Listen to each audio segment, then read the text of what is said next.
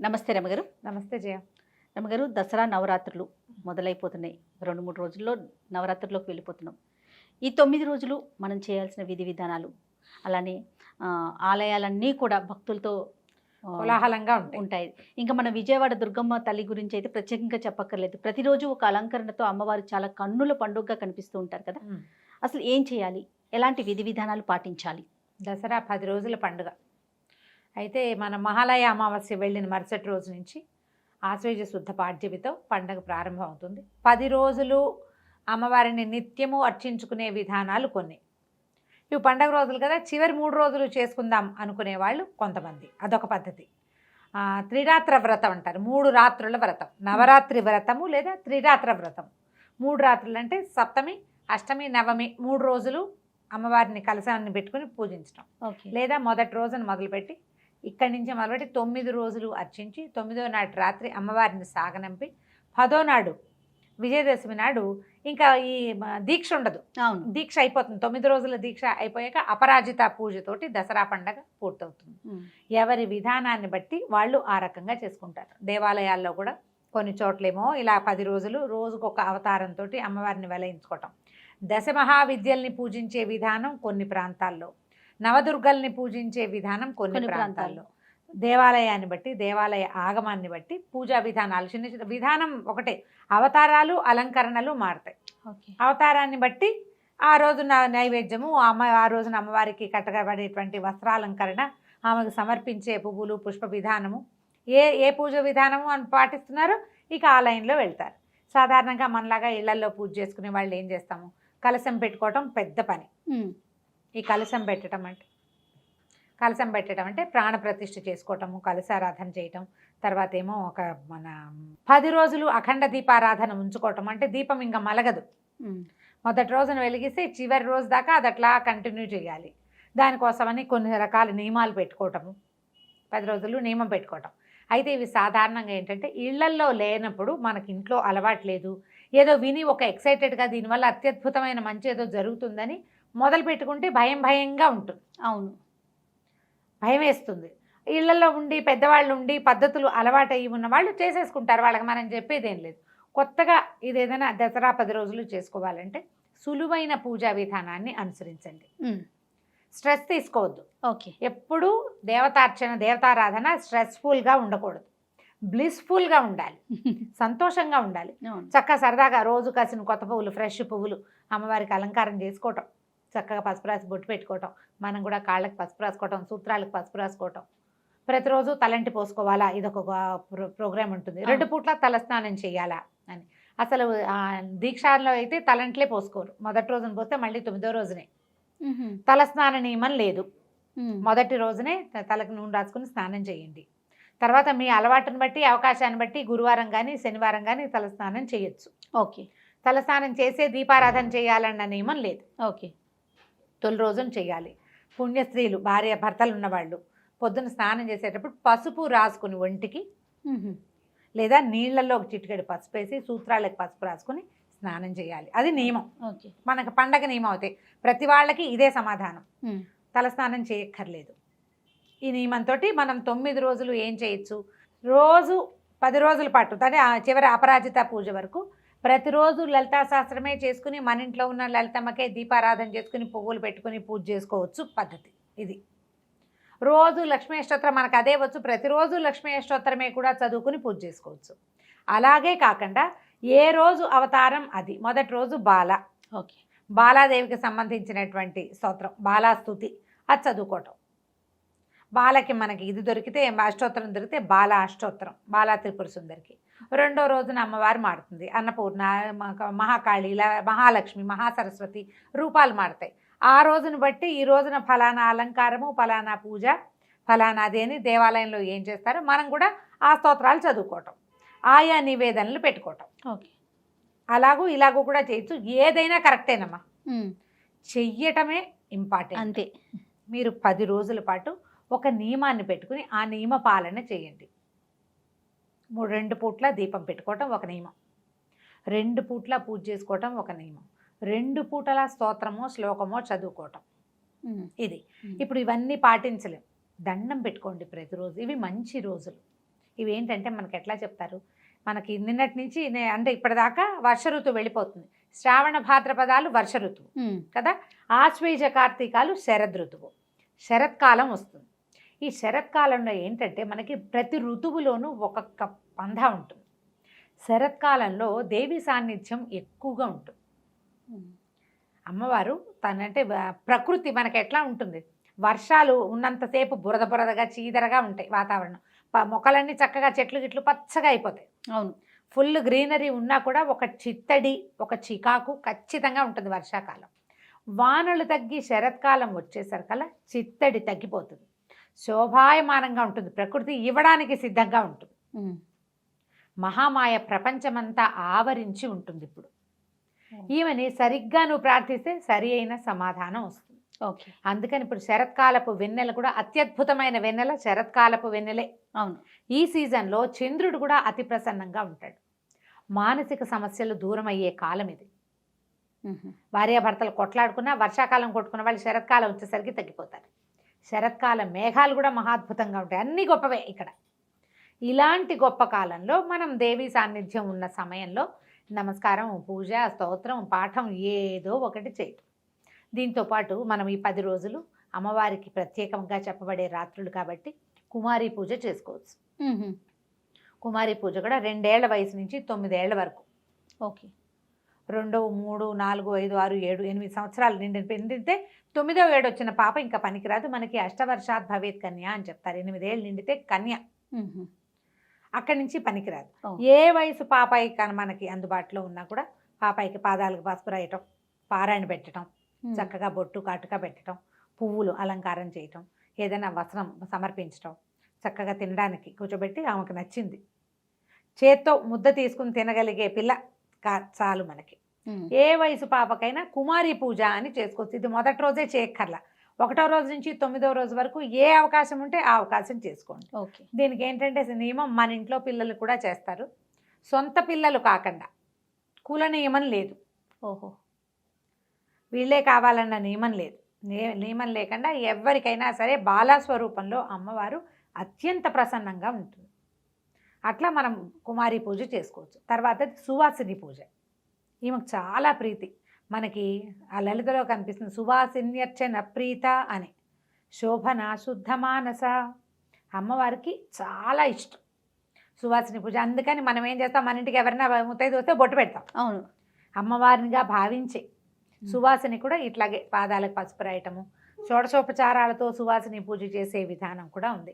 అంత పెద్ద ఎత్తున అందరూ చేయలేకపోతారు, అలవాట్లేదు. ఏదో తప్పు చేసాము, సరిగ్గా చేయకపోతే అదేదో చేయలేదు కాబట్టి ఇదేదో అయ్యిందనిపించి భయం వేస్తుంది. అవునవును, ఆ కంగారేం పడదు. చక్కగా కాళ్ళకి పసుపు రాయటం, మన ఇంటికి ఎవరు వస్తే వాళ్ళకి బొట్టు పెట్టడం, గంధం రాయటం, చక్కగా పువ్వులు తలలో పెట్టుకునేందుకు పువ్వులు ఇవ్వటమో, మనమే పువ్వులు ముడవటము, గాజులు, ఓ రవికలు పట్టవో లేకపోతే చీరో, అలంకరణ వస్తువులు ఇవ్వడం కూడా ఈ సీజన్లో మనం చేయొచ్చు.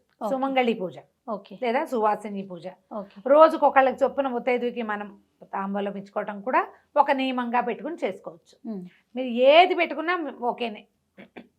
ప్రతిరోజు కొన్ని పువ్వులు వాయనం ఇవ్వటం, ప్రతిరోజు పళ్ళు వాయనం ఇవ్వటం, ప్రతిరోజు ఏదైనా ప్రసాదం చేసి ఎవరికైనా ఇవ్వటం, అట్లా ఏ నియమమైనా పెట్టుకోవచ్చు. నియమం పెట్టుకోవాలి, నియమం పెట్టుకోవాలి. ఈ 10 రోజులు ఆ నియమాన్ని అమ్మవారి కోసం అని భావించి చేస్తే మీకు ఏంటంటే కాంప్లికేషన్స్ లేవు ఇందులో. అవును అవును కదా, రకరకాల ప్రశ్నలు ఇస్తారు. కొన్ని క్వశ్చన్స్ వచ్చినాయి అన్నారు కదా రమ్మగారు, నేను కూడా ఒకటి చూసానండి. ఏంటంటే నియమం పెట్టుకుంటాం కదా, మధ్యలో పీరియడ్స్ వచ్చినాయి అనుకోండి, ఎట్లా కంటిన్యూ చేయాలా, మధ్యలో ఆపేయాలా, లేకపోతే మన బదులు ఇంకెవరితో అయినా చేయించాలా, ఇట్లా రకరకాల ప్రశ్నలు రమ్మగారు. ఇప్పుడు మన ఇంట్లోనే అయితే ఎవరు లేరనుకో, ఏం చేస్తాం, దండం పెట్టుకుని ఊరుకోవటమే. ఓకే, స్నానం చేశాక రోజులు మిగిలితే ఆ తర్వాత రోజు చేసుకోవటం. 5వ రోజు రెండోసారి, 4th డే ఒక స్నానం, 5వ రోజు మారు స్నానం అంటారు, మారు నీళ్లు. 5వ రోజున పసుపు రాసుకుని తల స్నానం చేయండి, షాంపూ చేసేసేయండి, తల శుభ్రంగా వదిలించేసుకోండి, ఆ విప్పిన బట్టలు అవి ఇంకా ముట్టుకోబోకండి, అప్పుడు మీరు చేసుకోవచ్చు ఈ నియమం పెట్టుకోదలిస్తే. మళ్ళీ అంటే పూర్వశివాసినులు భర్త లేని వాళ్ళు చేసుకోవచ్చు, లక్షణంగా పూజ చేసుకోవచ్చమ్మా. ప్రతిసారి అసలు ఈ ప్రశ్న అడగద్దు, హాయిగా చేసుకోవచ్చు. మీరు అమ్మవారికి చదువుకోవడానికి ఎవరు అడ్డం వస్తారు, ఎవరు కాదంటారు, ఏ శాస్త్రం చెప్పింది చేయకూడదని? ఒక్క సాధారణ నియమం మనం పాటించేది ఏమిటి, మనకు లోక సహజంగా, నేను చెప్పడం కాదు, సహజంగా పాటించేది. ఎవరికైనా బొట్టు కాటుక మీరు పెట్టకూడదు, బొట్టు పెట్టి ఇవ్వకూడదు అన్న మాట చెప్తారు. మీ ఇంట్లో నుంచి మీరు ప్రసాదాలు గిసాదాలు అన్నీ శుభ్రంగా చేసుకుని ఇవ్వచ్చమ్మా, ఏ తప్పు లేదు. హాయిగా చదువుకోండి, అమ్మవారికి పూజ చేసుకోండి. పువ్వులు పెట్టి పూజించడానికి అభ్యంతరం ఏముంటుంది? ఏమీ అభ్యంతరం లేదు. దాని మీద ఇంకా ఆలోచించకండి, ప్రశ్నించకండి. ఒకళ్ళు చేస్తే రెండో వాళ్ళు మీరు ఇలా చేయకూడదు కదా అలాంటి పిచ్చి మాటలు మాట్లాడిపోకండి. పరిస్థితులు ఎవరికి ఎప్పుడు ఎలా తిరుగుతాయో మనకు తెలియదు. దాని మీద అసలు ఆలోచనే లేదు. ఓకే. అఖండం పెట్టాలా, అది కూడా ఒక ప్రశ్న. అఖండం పెట్టడం నియమం కాదు, మన ఇష్టమా, మన ఓపిక, మన అలవాటు. అఖండం పెడితే అది మలక్కండా ఉండాలి, మీరు ఎప్పుడు ఇంటి పట్టున ఉండాలి. అది వెనక్కి జారిపోతుంది ఒక్కొక్కసారి, లేదా కొడి కడుతుంది. అలాంటప్పుడు కొడి తీసి కొంచెం సవరించాలి, ఆ శ్రద్ధ ఉండాలి కదా. తర్వాత నాన్ వెజ్ తినచ్చా, ఇది ఒక్కోల, ఇదే చాయిస్. మీరు నియమం పెట్టుకుని నేను తిన్ను నేను చెయ్యను అని పెట్టుకుంటే మీ ఇంట్లో వాళ్ళు ఒప్పుకోవాలి. సాధారణంగా పూజా విధానాలకి ఏం చెప్తారంటే అన్నిటికీ ఉపవాసాలకి భర్తలు ఒప్పుకోవాలి. మీరు ఇంట్లో ఒక పూజ చేసి ఒక నియమం పెట్టుకుంటే మీ భర్తలతో కొట్లాడి నియమాలు పెట్టుకోవద్దు, ఒప్పించుకుని పెట్టుకోండి. ఒప్పించుకోవాలి. ఇప్పుడు పైగా మన నియమం వల్ల ఇతరులకు ఇబ్బంది కలగకూడదు కదా రమ్మగారు, అదొకటి చూసుకోవాలి కదా. ప్రధానంగా భర్తలు ఒప్పుకోవాలి. మీ ఇంట్లో పిల్లలకి భర్తకి ఇబ్బంది లేకపోతేనే పెట్టుకోండి ఆ నియమం. ఇది అక్కడి నుంచి ఉపవాసాల గురించి ప్రశ్నిస్తారు. స్త్రీలు ఉపవాసం అంటే ఓపిక లేని వాళ్ళు, షుగర్ ఉన్నవాళ్ళు, ప్రెగ్నెన్సీ ఉన్నవాళ్ళు, లేదా కొత్తగా పిల్లల తల్లులు, చంటి పిల్లల తల్లులు ఉపవాసం చేయొద్దమ్మా. మీరు దీంట్లో ఒక పద్ధతి ఉంది, మనం ఏది నివేదన చేస్తామో అదే తింటామని పెట్టుకోండి. ఇది ఒక నియమం పెట్టుకోవచ్చు. నాది అదే నియమం, 10 రోజులు. ఓహో, అమ్మవారికి ఏదైతే నివేదన చెయ్యనిది ఏది నేను తిన్ను. పొద్దున్న నివేదన పెడతాం, ప్రసాదం అవి ఇవి అన్నం అన్నీ పెట్టేస్తాను, అవే తింటా. ఇక వేరే నివేదన చేయబడిన అరటిపండు కూడా నేను తిన్ను. 2 పూట్లు అవే తింటారా రమ్మగారు? 2 పూట్లు అదే తింటా, మా నియమం అదే. పగళ్ళు డాక్టర్ గారు ఉపవాసం ఉంటారు, ఆయన రాత్రి భోజనం చేస్తారు. నాకు అన్ని రోజులు పగలు ఉపవాసం చేస్తే నేను నిద్ర లేవలేదు. ఓకే, పని చేయాలి కదా, ఎంత పని రమ్మగారు. అందుకని ఇంకా అది పెట్టుకోవట్లేదు. ఎప్పుడు ఇదే పంద. పొద్దున పూట నివేదన ఏది చేస్తే అది నివేదన చేయకుండా మధ్యాహ్నం పిల్లల కోసం ఏదైనా చేస్తే నోట్లో వేసుకోవడం, స్నాకింగ్, నథింగ్ డూయింగ్, ఇలా పెట్టుకోవచ్చు. ఓకే. ఈ ఉపవాసం ఉండటం కూడా పగలు ఉపవాసం ఉండి రాత్రి భోజనం, ఇవి రాత్రి పూజ చాలా ఇంపార్టెంట్ దసరాల్లో. సాయంకాలం చేసే పూజ మంచిది, చాలా అంటే విశేషమైందని చెప్తారు. రాత్రి అని చెప్పబడుతోంది కదా, అదేలేండి. మీ వెసులుబాటు, మీరు చేసుకోగలిగితే సాయంకాల పూజ సంధ్యాకాలం నుంచి మొదలుపెట్టి రాత్రికి చేసే పూజ. మీరు ఆ నియమం పాటించలేకపోతే పొద్దునే చేసుకోండి. కొంతమందికి కుదరదు, కొంతమందికి కుదరదు, పొద్దుటి పూట చేసేసుకోండి. సాయంకాలం ఒట్టిగా దీపారాధన చేసుకోండి. పిల్లలు స్కూల్ నుంచి ఇంటికి వచ్చాక అక్కడ కూర్చొని చదువుకోవడానికి దానికి కుదరదు, చిన్న చిన్న పిల్లలు. లేదా పిల్లలు సాయంకాలాలు ఆటలాడుకుంటారు, వాళ్ళని వెతుక్కుంటూ ఉండాలి, అది కూడా ఉంటుంది. ఇప్పుడు స్కూళ్ళు ఉండవు కదా, సెలవులే కాబట్టి పర్వాలా. పొద్దున పూట ఏమైతే ఏదో ఆడుకుంటారు, ఏదైనా బ్రేక్ఫాస్ట్ చేసి అక్కడ పెట్టేస్తే వాళ్ళ దారిని వాళ్ళు తింటారు. ఆ టైంలో మీరు ఏమైనా చదువుకోవచ్చు, పూజ చేసుకోవచ్చు. సాయంత్రం కష్టమైతే సాయంత్రాలు పెట్టుకోపోకండి, ఉదయకాలమైనా చేసుకోవచ్చు. ఉపవాసం ఉండదలుచుకున్న వాళ్ళు పూజ అయ్యే వరకు ఉపవాసం చేయండి. బ్రేక్ఫాస్ట్ చేసి పూజ చేయకుండా పూజ అంతా అయిపోయాక నివేదన చేశాక అప్పుడు తినండి. అది ఆ నియమం కూడా పెట్టుకోవచ్చు. ఉపవాసాలకి భర్తలు ఒప్పుకోవాలనేది నియమం. భార్య భర్త కలిసి ఉండొచ్చా, ఆ ప్రశ్న కూడా వచ్చింది, అది కూడా వచ్చింది. అవన్నీ కూడా మీ చాయిస్ లేనమ్మా. మీకు తప్పు అనిపిస్తే చెయ్యొద్దు, తప్ప అని ఎవరినైనా అడగండి. అది మీ ఇంట్లో పరిస్థితిని బట్టి కదా, మీ పరిస్థితిని బట్టి, మీ అండర్స్టాండింగ్ని బట్టి, మీ వెసులుబాటుని బట్టి. మర్నాడు పొద్దున పసుపు రాసుకుని స్నానం చేయండి అని చెప్పాను కదా క్లియర్గా. కాబట్టి ఇక దాని మీద ప్రశ్నలు వేయకండి, ఎవరిని అడగద్దు. నన్ను కాదమ్మా, ఎవరిని అడగద్దు. మీకు అదేదో బ్లెండర్ మిస్టేక్ అని అనిపించింది అనుకో, చేయకండి, చేయొద్దు. చేయాల్సి వచ్చింది, దండం పెట్టుకోండి దేవుడికి. ఏం చేయను, నా పరిస్థితి ఇది, నా పరిస్థితి కూడా నువ్వే కల్పించావు. అయినా అన్ని బాగానే ఉన్నా మీ ఇష్టారాజ్యంగా చేయమని చెప్పటం లేదు. తప్పనిసరి అయితే చేయండి, ఏం పర్వాలేదు. పొద్దున్న స్నానం చేస్తే సరిపోతుంది, పసుపు రాసుకుని స్నానం చేయండి. సువాసనకి పసుపు రాసుకుని స్నానం చేయటమే చెప్తారు పెద్దవాళ్ళు. యథావిధిగా పూజ చేసుకోండి. నేను పూజ చేస్తాను, మా ఆయన దండం కూడా పెట్టాడండి, ఏం చేయాలి? మానేమనండి. ఇన్ని ప్రశ్నలు పంపించారు నాకు అసలు నాకే ఓ 50 ప్రశ్నలు వచ్చినాయి. అదే ఇదా దాని ఇంకా నేను అన్ని చెప్పలా, ఇంకేవో మిస్కొట్టి ఇచ్చేసి ఉంటా కొన్ని, ఇంకా వస్తాయి క్వశ్చన్స్. దీపం ఎటుపోయి ఎలా పెట్టాలి, 2 పూట పొద్దున పెట్టిన దీపం సాయంత్రం దాకా ఉండాలా అని. అలా ఏం లేదమ్మా, మీరు అఖండం పెడితే ఓ విధానం. కలశం పెట్టడం గురించి మీ ఇంట్లో ఆచారం ఉంటే, పెద్దవాళ్ళు ఉంటే వాళ్ళ పర్మిషన్ తోటి పెట్టుకోండి. లేని ఆచారాలని చెయ్యబోకండి. ఎందుకంటే స్వధర్మ నిధనం ఎప్పుడూ మంచిది. మీ ఇంట్లో ఏం చేస్తారో అది చేసుకోండి. మీకు సార్ చేసుకోవాలని ఉంటే పెద్ద పెద్దవి చేయబోకండి.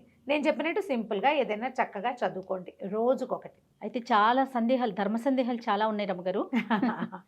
ఈ నవరాత్రులకు సంబంధించి మనం ప్రతిరోజు కూడా అమ్మవారికి సంబంధించి ఆ రోజు అలంకరణ, ఆ రోజు పూజా విధానం, మనం పాటించాల్సిన విధి విధానాలు ఇవన్నీ కూడా మనం ప్రేక్షకులకి అందిద్దాం రమ్మగారు. ప్రతిరోజు 10 డేస్ రేపొద్దున అమ్మవారికి ఎలాంటి వస్త్రం సమర్పించాలి, ఏ అమ్మవారిని పూజించాలి, అవును, ఏ ప్రసాదం పెట్టుకోవచ్చు, అది కూడానమ్మా నేను చెప్తున్నానా. మనకు దుర్గగుడిని ఫాలో అవుతాం. మనం విజయవాడలో ఉన్న కనకదుర్గా దేవేంద్రకీలాద్రి మీద ఉంది. అమ్మవారి దేవాలయంలో ఏం చేస్తారో అది చెప్తాం. అట్లనే అయితే దాంతో పాటుగా అక్కడ ఏం చేశారో అది చేయకపోతే కొంప మునిగిపోతుందని మాత్రం అనుకోవద్దు. అవకాశం ఉన్నంత వరకు చేయండి. లేకపోతే రోజు ఒకటే చదువుకోవచ్చు, అంతే. రోజు ఒక నైవేద్యమే పెట్టచ్చు. అవన్నీ విశేషాలు చేయలేరు. మీరు వండుకున్న అన్నం, పప్పు, నెయ్యేసి బెల్లం వేసి నైవేద్యం చేయండి, అది కూడా పనికొస్తుంది. అబ్బే మేము చేయలేము, పాలు పళ్ళు పెట్టండి, అది కూడా పనికొస్తుంది. ఇది విధానం. కుదిరితే చేసుకోండి, ఎంత కుదిరితే అంత చేయండి, అసలు చెయ్యండి చాలు. అంతే. నమస్తే రమ్మగారు. నమస్తే.